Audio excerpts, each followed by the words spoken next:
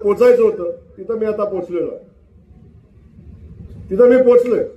हे सगळं मी बघितलं आता. त्यामुळं आता फक्त माझ्या पुढे एकच उद्दिष्ट आहे. परमेश्वरानं नवीन जीवन दिलंय. थोडा मोठा ऍक्सिडेंट झाला, त्यातून पुन्हा उभा राहिलो.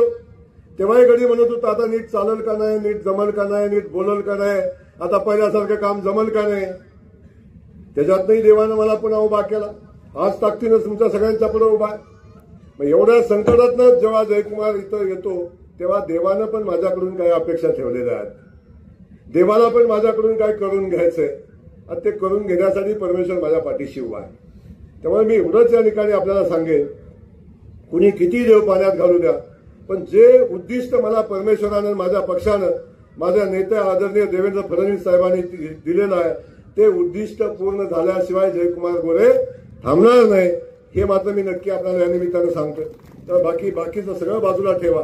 आपण सगळे मिळून या तालुक्याच्या विकासासाठी, या माझ्या मान खटावच्या मातीसाठी आणि या राज्यासाठी आपण सगळे मिळून विकासाचा संकल्प घेऊन पुढे चाललोय. त्या संकल्पात आपल्या सगळ्यांच्या आशीर्वादाची आवश्यकता मला कायम आहे, हे या दिवशी मी मनापासून सांगेन. पत्रकार बंधू बसले होते, बोलताना त्यांना वाटलं मी कुणाला बोलतोय का काय, कुणाला सांगतोय का काय. काळजी करू नका. आता मी ठरवलंय बोलायचं नाही, आता कार्यक्रम करायचा ठरवलेला आहे. त्यामुळं जे काय घडणार आहे ते घडणार आहे. तेव्हा अनेक लोक सांगतात की मी नाही बाबा त्यात, मी नव्हतो बाबा त्यात, सांगतात सगळेजण. माझा काही संबंध नाही बरं का. परवा तर एक गडी पाक घरातनं कुणाला पाठवून दिलं आणि साहेबांच्या पाया पडले. माझा काही संबंध नाही बघा त्यात, आम्ही काहीच केलं नाही. पण कुणी काय काय केलंय याचा सगळा हिशोब माझ्याकडे आहे. आणि सुदैवानं बघा कशी वेळ असते. नियतीनं 10 षडयंत्र माझ्या विरोधातली केली, प्रत्येक वेळी मी सहन केलं. पण जेव्हा 11वं शेवटचं षडयंत्र जेव्हा माझ्यावर आलं, त्या षडयंत्राचा प्रत्येक शब्दाचा पुरावा आज माझ्याकडे आहे. कोण कुठं बसला, कोण कुठं बोलला, कुणी काय षडयंत्र ठरलं, कुणाला किती पैसे द्यायचं ठरलं, कुणाला कसं ठरलं, कोण कुठं गेलं, कोण कुठं कुणाला सोबत घेतलं आणि कसं ठरलं होतं, या सगळ्याचं सगळे आणि हे सगळे पुरावे त्यांनीच माझ्याकडे दिले. आता वाट बघतोय फक्त कुणाचा कार्यक्रम कधी लागतो, एवढाच विषय. अनेक जणी जाऊन फडणवीस साहेबांच्या पाया पडले, आम्हाला वाचवा म्हणून सांगितलं. माझं एवढंच सांगणं आहे, जयकुमार गोरेच्या दम आहे सगळं सहन करायची. सगळं भोगलंय, सगळं सहन केलंय. जयकुमार गोरेनं सहन केलं ना, त्यातला 1% सहन करून दाखवा, 1% सहन करून दाखवा, 1%. आयुष्यभर संघर्ष केला आणि आयुष्यभर संघर्ष केला, सत्तेच्या विरोधात केला. तिकडे सत्ता असताना माझ्याकडे काही नसताना मी संघर्ष केला आहे. आणि हा संघर्ष करून सुद्धा हा जयकुमार गोरे उभा आहे. एकदा फक्त माझ्याशी असं एकदा मैदानात येऊन लढून दाखवा, किती दिवस षडयंत्र करणार. आणि आजपर्यंतचा इतिहास आहे, षडयंत्र करणारा कधीही युद्ध जिंकू शकला नाही, लक्षात ठेवा. मग शकुनी मामांच्या पासून आजपर्यंतचा, रावणापासून आजपर्यंतचा इतिहास आपण बघा. षडयंत्र करणारा कधीही युद्ध जिंकला नाही. त्याला मिळालेला आनंद, आसुरी आनंद, हा तात्पुरता आनंद असतो. त्यामुळे षडयंत्र कधीही जिंकणार नाही, सत्य कायम जिंकलंय. हे सत्य आहे, हे जिंकणार, लक्षात असू द्या. एवढंच त्याने मी आपल्याला सांगेन. बघा माझ्यासारखा नशीबवान कोण असेल.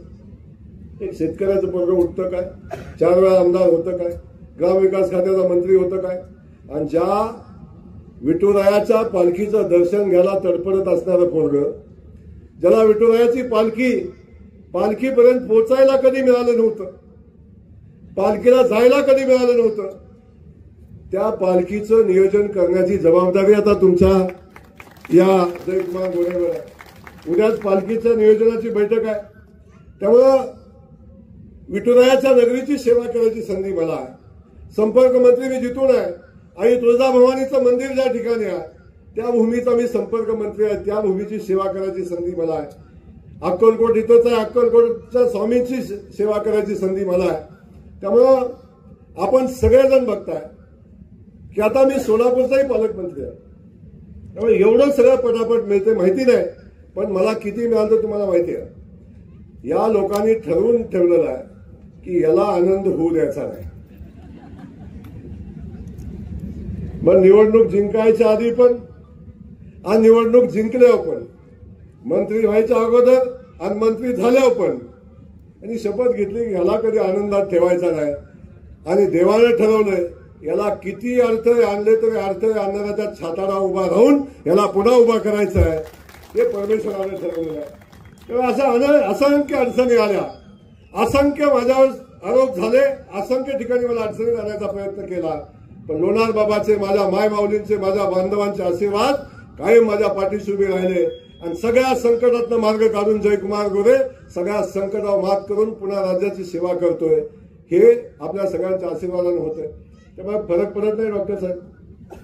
कुणावर संकट नाही आली.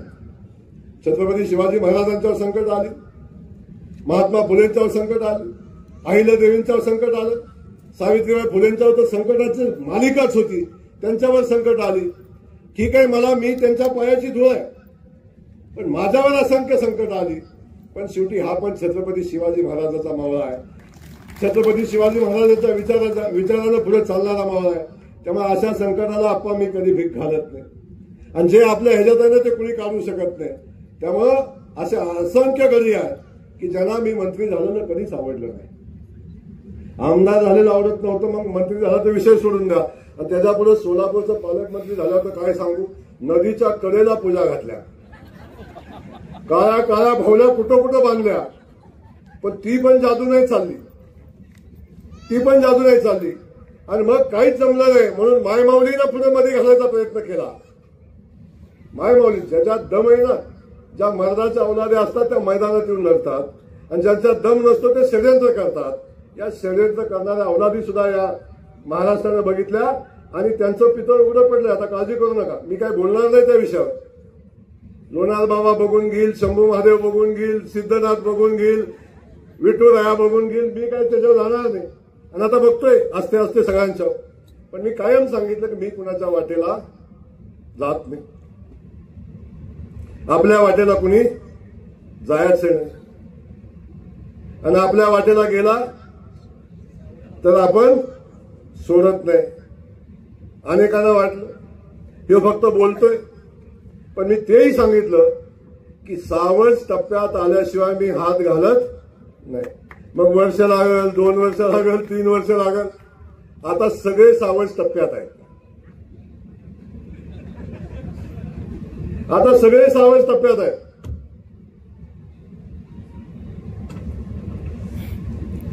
झडप कधी घालायचं बघू आता.